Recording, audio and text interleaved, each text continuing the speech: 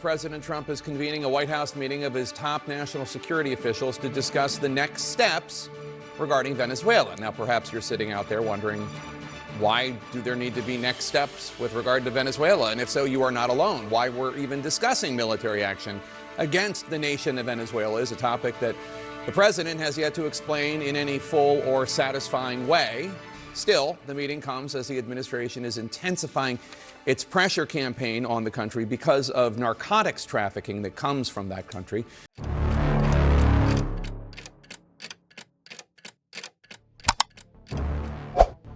공공생활에 예상된 운영 방식이 미묘하지만 중요한 방식으로 변하는 순간들이 있다.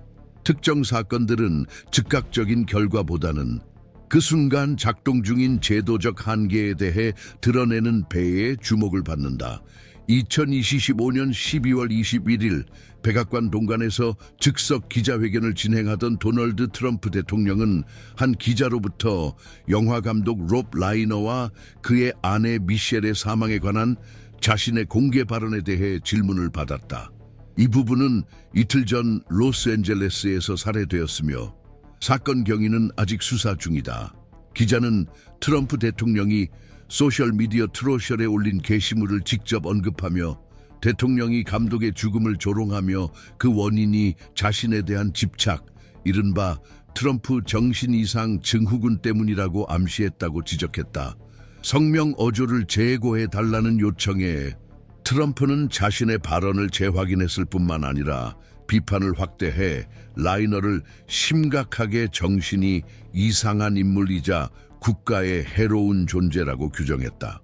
이 답변은 생중계되었으며 공식 사망 발표 이후 사건을 지켜본 언론 매체, 국회의원, 문화단체들 사이에서 즉각 반향을 일으켰다. 원본 게시물의 내용은 이미 소셜미디어와 전직 공직자들 사이에서 강한 반발을 불러일으켰지만 공식적인 자리에서 언론을 상대로 메시지를 재강조한 것은 이 사건을 최소한의 제도적 공감 기대와의 단절을 상징하는 사건으로 굳혔다. 이 사건의 영향은 내용 자체에 그치지 않고 국가적 긴장과 공적 애도가 팽배한 상황에서 그 내용이 재차 강조된 방식과 시점에까지 미쳤다.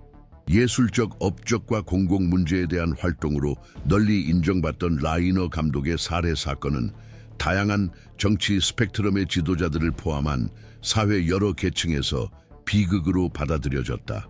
트럼프의 연대나 자제 의지 부족, 그리고 게시물의 비꼬는 어조는 분석가들에 의해 민감한 시기에 대통령이 최소한의 화해적 태도를 보일 것으로 기대되던 상황에서 담론적 급진화의 신호로 해석되었다.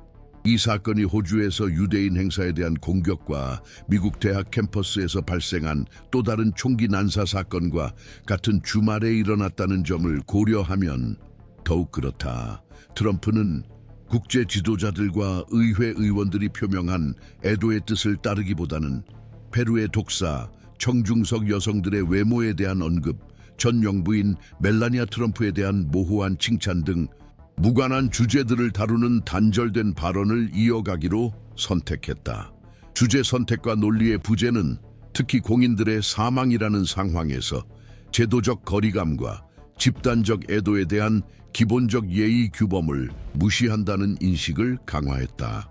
이러한 발언 패턴의 반복은 백악관에서 열린 크리스마스 행사에서 더욱 두드러졌다. 아내와 막내 아들에 대해 혼란스러운 언급을 했던 바로 그 무대에서 트럼프는 뱀에 관한 독백을 이어갔고 청중 속 이방카를 닮은 여성들에 대해 즉흥적으로 발언했으며 남미 국가들에서 벌어진 독사 사고에 관한 허구적인 이야기를 열정적으로 들려주었다. 라이너 가족에 대한 공식적인 애도나 이전 발언의 어조를 누그러뜨릴 만한 공개적인 제스처는 전혀 없었다. 오히려 정치적 동맹자들의 질문을 받을 때조차도 도발적인 수사는 계속되었다. 공개 행사에서 감정 조절이 전혀 보이지 않고 폭력적 죽음의 무게를 인식하지 못하는 모습은 전직 보좌관들에 의해 비극적 상황에서도 무감각과 보복을 자연스럽게 여기는 의사소통 스타일의 지표로 해석되었다. 정치 및 법률 평론가들의 분석에 따르면 이러한 행동은 고립된 사례가 아니라 대통령직 복귀를 노리는 인물들에게 기대되는 제도적 품위와의 단절이라는 더 광범위한 흐름에 속한다.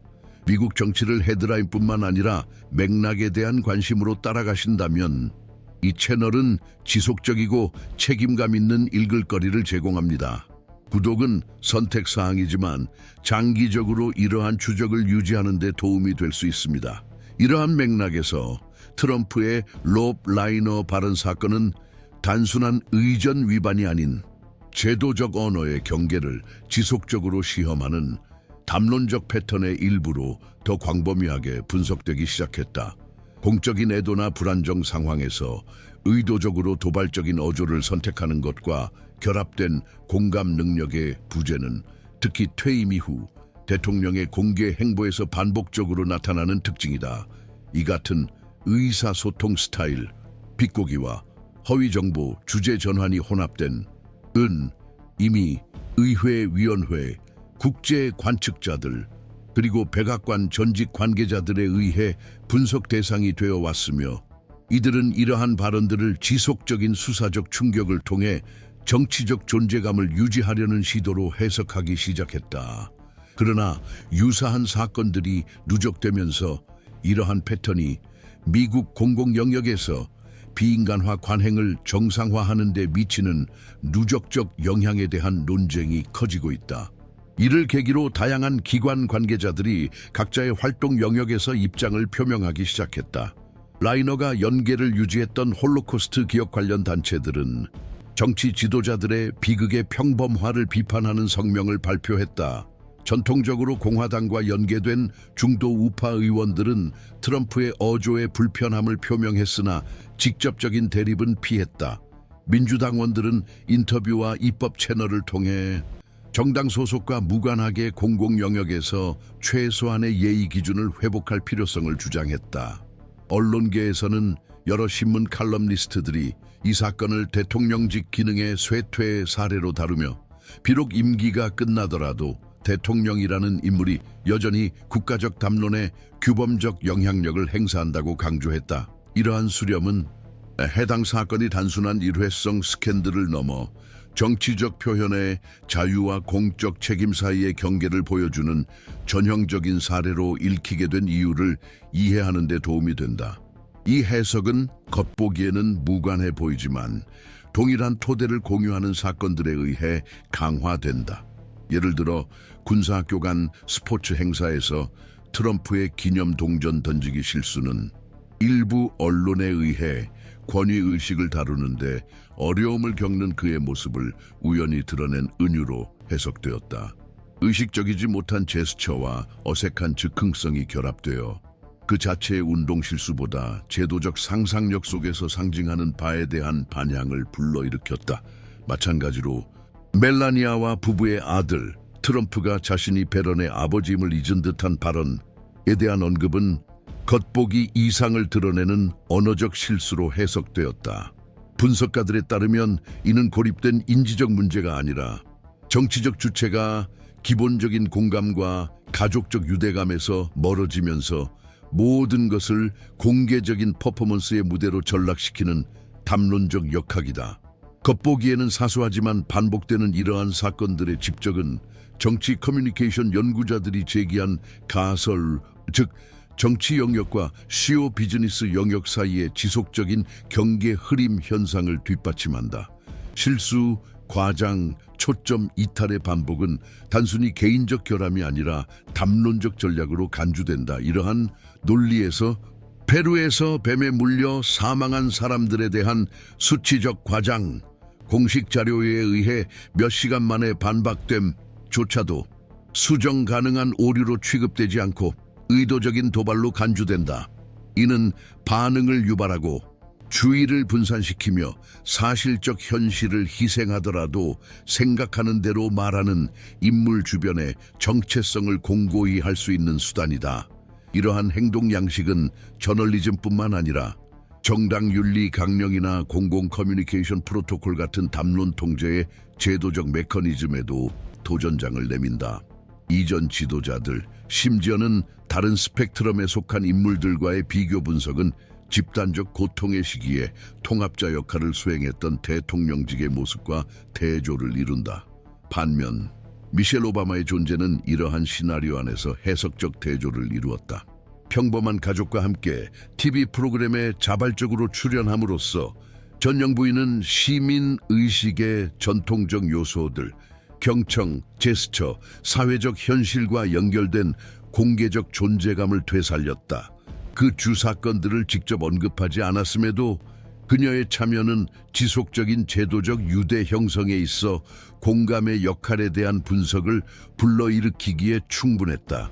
일부 언론은 이 순간을 영구적 대립에 초점을 맞춘 리더십 모델과 적극적인 경청 및 배려의 표현에 기반한 리더십 모델 간의 더 깊은 갈등의 징후로 해석했다.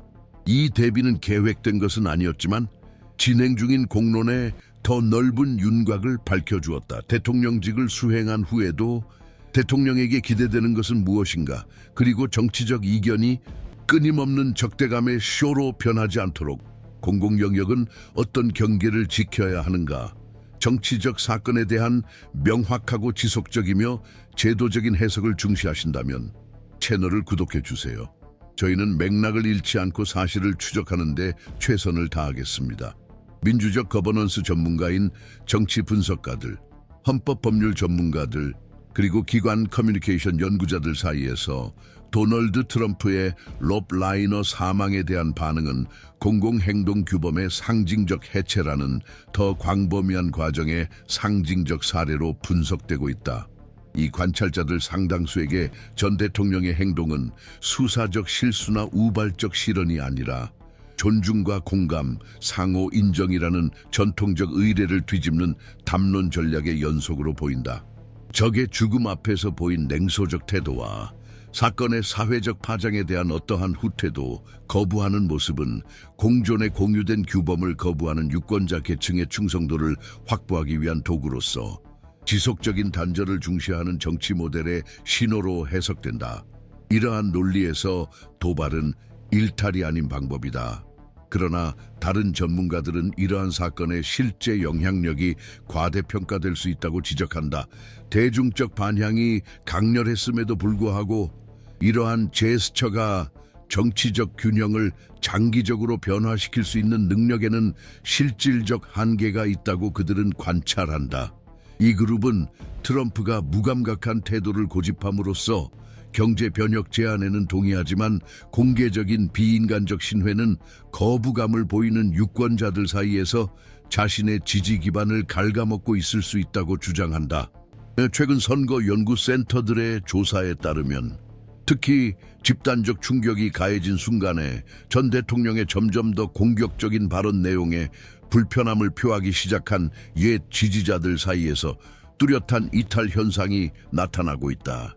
이러한 해석들 사이의 긴장은 중장기적으로 이러한 행동들이 누적된 효과에 대해 아직 해석적 합의가 이루어지지 않았음을 보여준다. 법률계에서는 이 사태가 임기외에 있지만 여전히 제도적 영향력을 가진 공인들의 발언 책임에 대한 논쟁을 다시 불러일으켰다. 트럼프의 발언이 미국 헌법상 제1차 수정 헌법이 보장하는 표현의 자유를 침해하지는 않지만 공공윤리와 관련된 법학자들은 사회적 불안정 상황에서 이러한 유형의 발언이 간접적으로 미치는 영향에 대해 경고하고 있다. 전직 대통령의 행위에 대한 공식적 기준 부재는 과거 지도자들의 상징적 자본이 여전히 공공 영역에 영향을 미치는 민주주의 국가에서 규범적 취약점으로 지적되어 왔다. 전직 국가 원수를 위한 윤리지침 코드 제정 가능성은 2021년 초 미국 의회 폭동 시도 이후 시작된 논의를 재개하며 학계 논쟁의 주제로 다시 떠올랐으나 아직 진전된 입법 제안은 없다. 미디어 환경은 이 사건에 격렬하게 반응하며 공공 영역에서 공격적 담론의 정상화에 대한 논쟁을 재점화했다. 텔레비전 프로그램, 칼럼, 언론 매체들은 트럼프의 발언과 사실 왜곡, 서사 조작, 집단적 고통에 대한 상징적 무시로 특징 지어지는 일련의 과거 사건들 사이에 유사점을 부각하기 시작했다. 정치 커뮤니케이션 전문가들은 예의범절이라는 담론적 규범을 깨려는 집착이 우연이 아니라 허용 가능한 경계를 이동시키려는 전략의 일환이라고 주장한다. 논란의 여지가 있는 발언이 특히 비극이나 기념일 같은 민감한 시기에 누적되면서 감정적 포화를 정치적 논쟁의 중심을 유지하는 수단으로 활용하는 공공개입 모델이 드러났다. 이는 제도적 담론의 윤리적 한계를 지속적으로 긴장시키는 것을 의미한다. 동시기에 미셸 오바마의 공개 활동은 리더십 수행에서 언어의 역할에 대한 상반된 시각이 존재함을 부각시켰다. 트럼프의 행동을 직접 언급하지 않은 채 전 영부인은 교육가치 제고, 지역사회의 목소리 경청, 사회적 취약 지역에서의 정서적 유대 강화에 초점을 맞춘 활동에 참여했다. 그녀의 행동은 갈등에 기생하는 커뮤니케이션 모델에 대한 침묵의 저항이라는 상징적 제스처로 널리 인식되었다.